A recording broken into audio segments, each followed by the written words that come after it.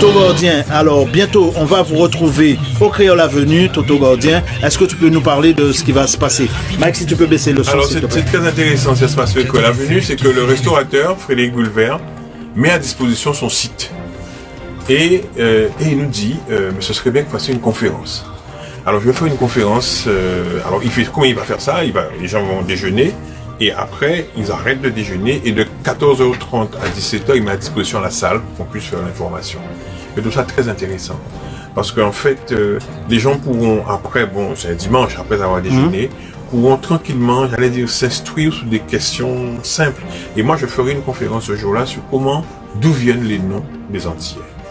Et là ça nous permettra d'expliquer un minimum aux gens le nom Tolio, par exemple, d'où il vient, le nom Gordien, d'où il vient, comment il a été donné, à qui il a été donné. Et quand j'aurai fini ma conférence et que les gens vont poser des questions, on est là avec nos ordinateurs, sur lesquels il y a la base de données, et on va faire en sorte que tous les gens qui sont là, qui ont envie d'avoir ces éléments, on commence à faire le travail avec eux, on va prendre une petite heure avec eux pour faire ce travail-là. Je crois que c'est intéressant, parce que là aussi, les gens, tranquillement, vont comprendre qu'ils sont issus d'un peuple, et que leurs ancêtres, ils sont là. Et qu'il est important qu'ils les connaissent, que leurs enfants les connaissent, et qu'ils sachent que ces ancêtres-là, ils auront une place qui sera réservée pour eux, pour jamais les suivre. Est-ce que tu peux nous rappeler le thème de cette rencontre qui va se dérouler le 4 octobre? Alors, le thème de cette rencontre, on l'a intitulé tout simplement « D'où viennent les noms des Antillais ?»